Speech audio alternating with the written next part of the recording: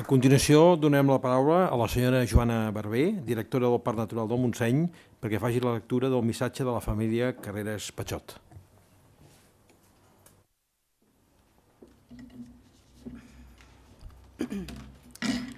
Autoritats, senyores i senyors, atesa la impossibilitat d'assistir personalment a aquest acte en record de l'obra del nostre avi Rafael Pachot i Jubert, volem fer-los arribar aquest curt missatge per agrair l'afany de totes les institucions i persones i de les autoritats que col·laboren aquest any a la divulgació de la tasca de Rafael Pachot.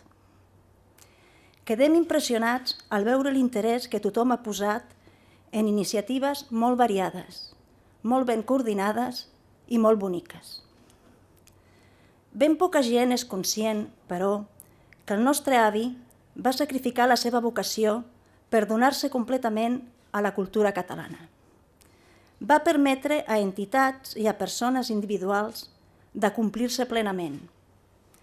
I per aquest motiu no va poder-ho fer ell mateix.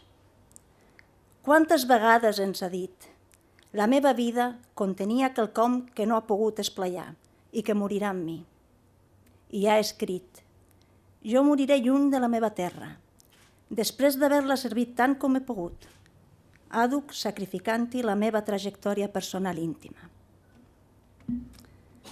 El preu interior que ell va pagar per sostenir, dilatar i fer que s'il·luminés fins al nivell internacional el món cultural i intel·lectual de Catalunya ha estat ben poc reconegut. Què hauria sigut de Rafael Pachot sense el destí que li va matar la seva vocació íntima? Potser un gran savi? O un gran escriptor? O, qui sap, un artista?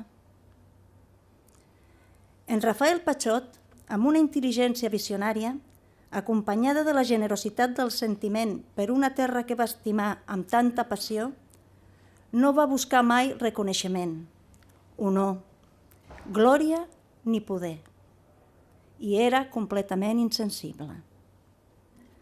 Però estem segurs que, sorprès, hauria estat emocionat al veure ara l'impuls desinteressat, generós i entusiasta de tants i tan diferents àmbits de la cultura catalana actual, en favor de fer conèixer la seva obra. I nosaltres agraïm de tot cor que 50 anys després del seu traspàs, la seva aportació sigui recordada amb il·lusió i amb aquest afecte, aquesta intel·ligència i aquesta serenor. Núria i Rafael Carreras Pachot.